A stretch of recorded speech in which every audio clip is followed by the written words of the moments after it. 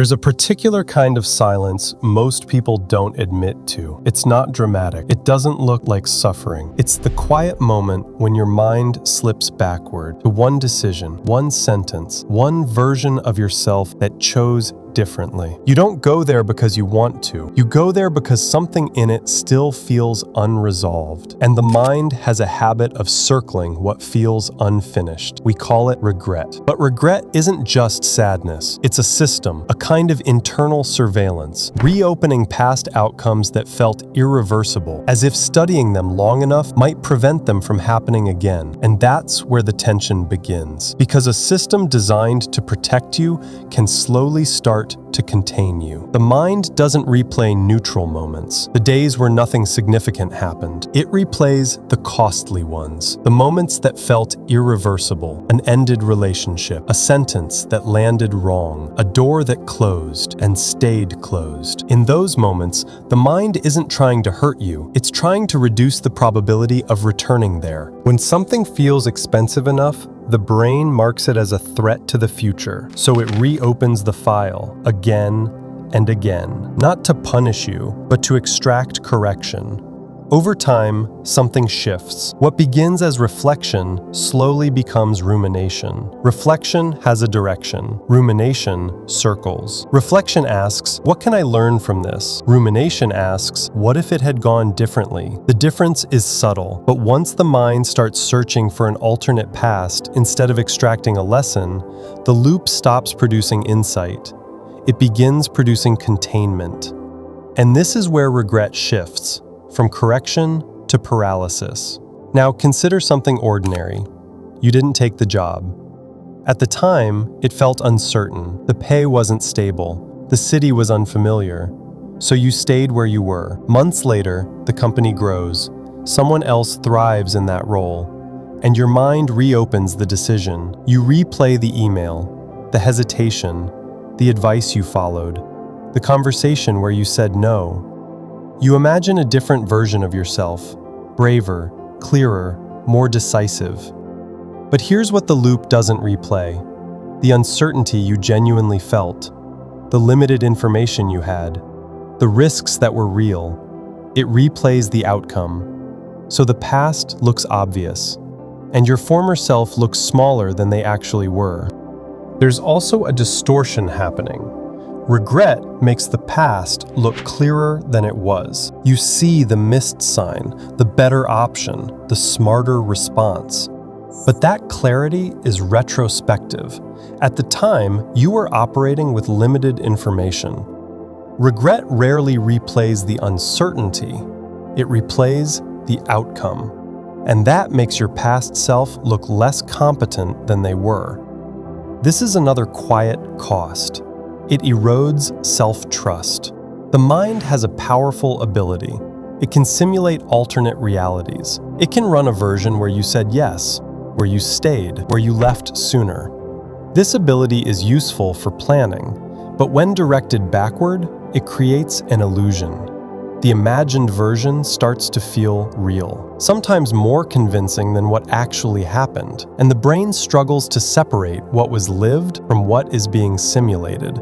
So you're no longer just remembering, you're comparing. And comparisons without limits always produce loss. At a certain point, something more destabilizing than sadness begins to happen. The shift is subtle.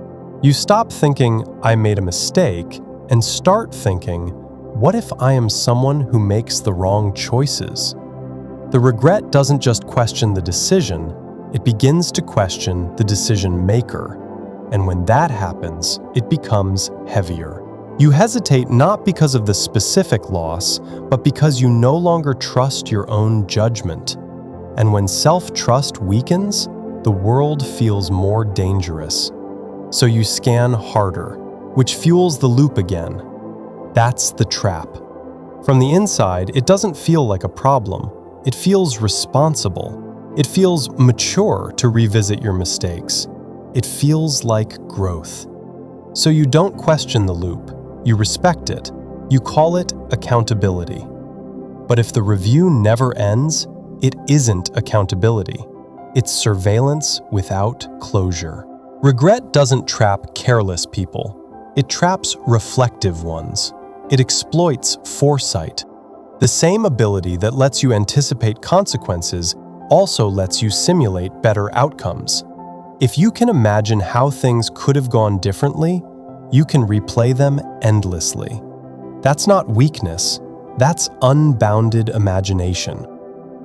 Over time, regret doesn't just influence decisions, it edits your range. You apply for fewer things. You speak less freely. You love more cautiously. Not because you've learned wisely, but because you've generalized the lesson too broadly. You don't just avoid the mistake, you start avoiding the arena. The range shrinks, and shrinking feels like control, but it's contraction. And the cost doesn't stop with you.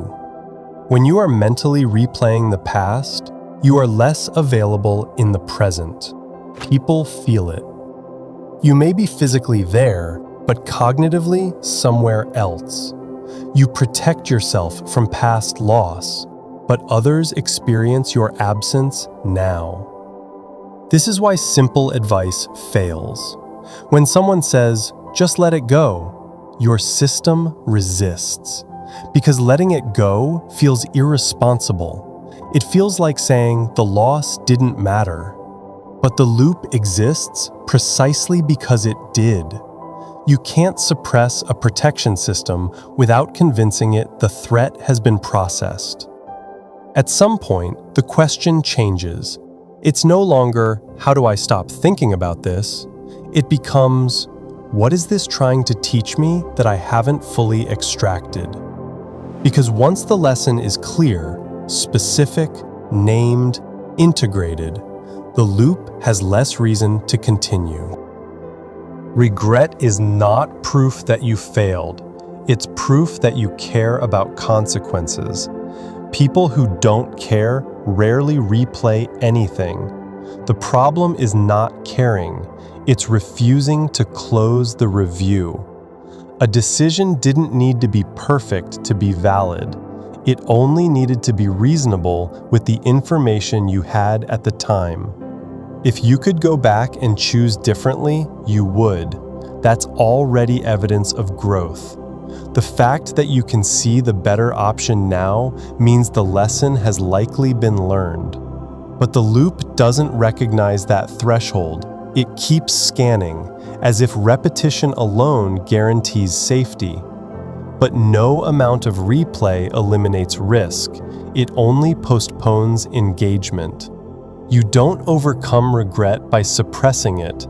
You overcome it by extracting it. When the lesson becomes clear, regret loses intensity.